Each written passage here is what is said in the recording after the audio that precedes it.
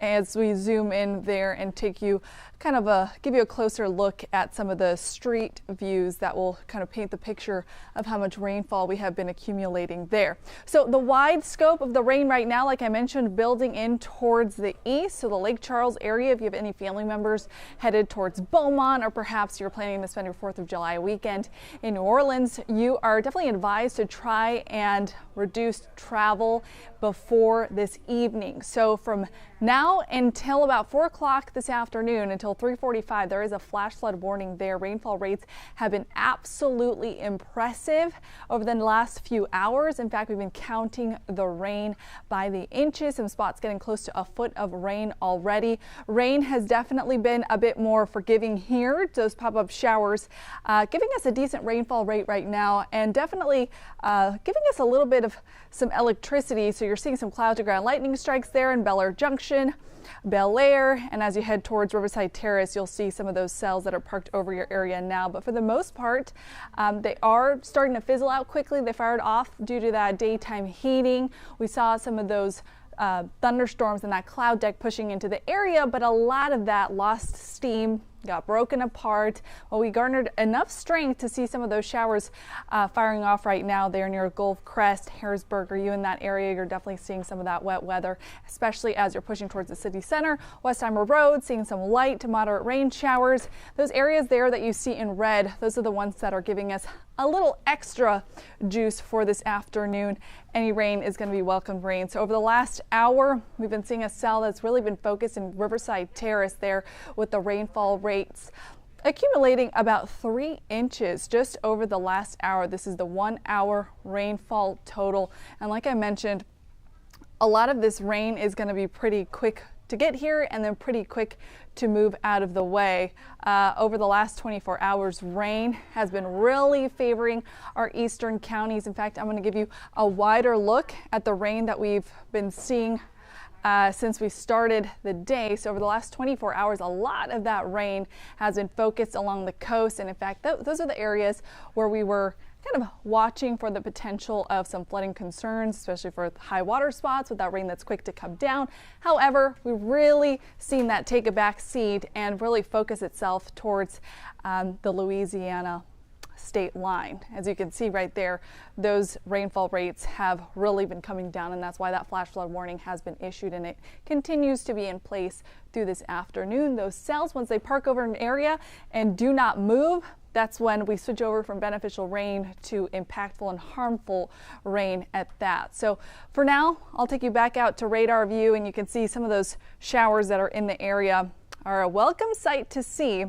We're not going to see them stick around though. Like I mentioned, they are pushing pretty quickly towards the northeast. Shower activity that we do see for today and in fact into this weekend will be spotty at best, and it will be very quick to move out of the way.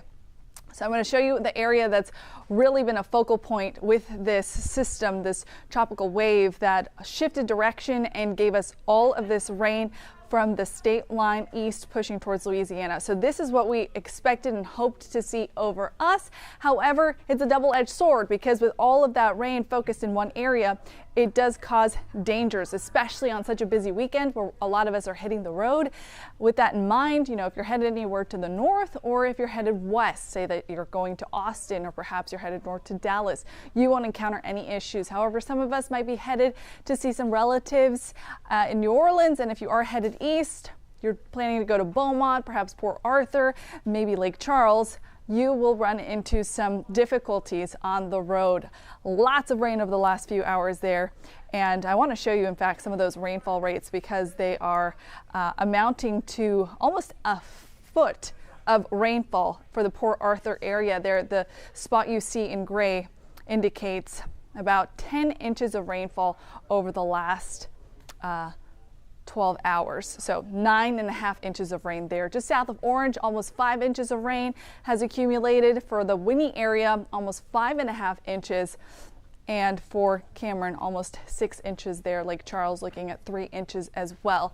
Rain is expected to linger into this evening for that area, although it is starting to wind down. That's going to be the trend over the next few days, is going to be rain chances dropping and eventually becoming very, very isolated in nature too. Here's another wide look at what we're experiencing at the moment. Just a couple of isolated showers for the area.